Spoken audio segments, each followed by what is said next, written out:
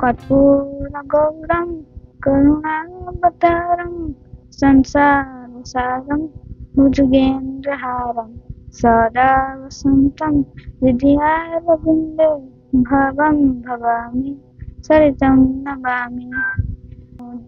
ମୁଁ 3 ବର୍ଷ ହେଲାଣି ମୁଁ ରଥ ତିଆରି କରିବାକୁ ନ ଯାଇ ପାରିବାରୁ ମୁଁ ଭାବିଲି ଅଦରକାରୀ କାଗଜ ଓ କାର୍ଟୁନକୁ ନେଇକି ରଥ ତିଆରି କରିବି।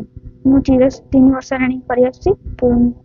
ତିରସ୍ତା ବର୍ଷ କରିଥିଲି, ଆର ବର୍ଷ କରିଥିଲି ଓ ଏ ବର୍ଷ ମଧ୍ୟ କରିଛି। ମତେ କରିକି ବହୁତ ଆନନ୍ଦ ଲାଗୁଛି।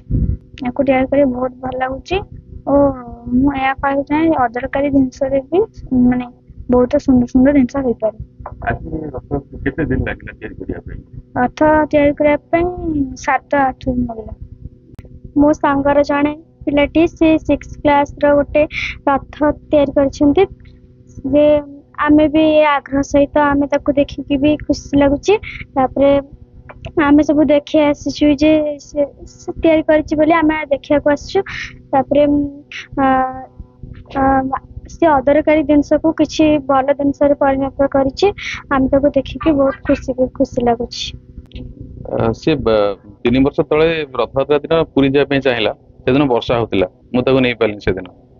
ତ ତା ପର ବର୍ଷକୁ ସିଏ ଆଉ ମୋ ଉପରେ ଡିପେଣ୍ଡ ନ କରି 15 ଦିନ ପୂର୍ବରୁ କାର୍ଟୁନ କାଟିବା ଆରମ୍ଭ ହେଲା। କଣ କରୁଛୁ ନା ମୁଁ ରଥ କରୁଛି, ମୁଁ ରଥ କରି ମୁଁ ଇଏ କରିବି। ତେଣୁ ତା ପାଇଁ ଯାହା ସରଞ୍ଜାମ ଦରକାର ଅଠା ଆଉ କଲର ସେ ମାଗେ, ମୁଁ ତାକୁ ଆଣି ଦିଏ। ପିଲାଟା ଯଦି ଏନକରେଜ ହଉଛି କରିବା ପାଇଁ ତାକୁ ପ୍ରୋତ୍ସାହନ କରି ସେ 3 ବର୍ଷ ହେଲା ଏସବୁ କରୁଛି ଆଉ। ହଁ ହଁ ବହୁତ ଖୁସି ଲାଗୁଛି। ସ୍କୁଲ ପିଲାମାନେ ଦେଖିବାକୁ ଆସୁଛନ୍ତି। ସ୍କୁଲର ଯାଇକି ରଥଯାତ୍ରା ପରେ ଜିନିଷଟି ଆମ ସ୍କୁଲ ବିନାୟକ ହାଇ ସ୍କୁଲ ସେଠି ଯାଇକି ରୁହେ ପିଲାର ପ୍ରତିଭା ପାଇଁ। ହଁ ମୁଁ ନଉଛି ରଥଯାତ୍ରା ପରେ ନଉଛି, ଭିଡ ପାଇଁ ନେଇପାରୁ ରଥ ପରେ ସବୁ ବର୍ଷ ନେଇ ଦର୍ଶନ କରେ। ସାଧାରଣତଃ ବ୍ରାହ୍ମଣ ପରିବାରରେ ଜନ୍ମ, ଘରେ ଆମର ଜଗନ୍ନାଥ ବଳଭଦ୍ର ସୁଭଦ୍ରାଙ୍କ ମୂର୍ତ୍ତି ଅଛି। ସବୁଦିନ ପୂଜା ହଉଛି ଏବଂ ତାର ଜଗନ୍ନାଥ ବଳଭଦ୍ର ସୁଭଦ୍ରା ମୂର୍ତ୍ତି ଅଲଗା, ଘରର ମୂର୍ତ୍ତି ଅଲଗା ଏବଂ ତାର ମୂର୍ତ୍ତି ଅଲଗା।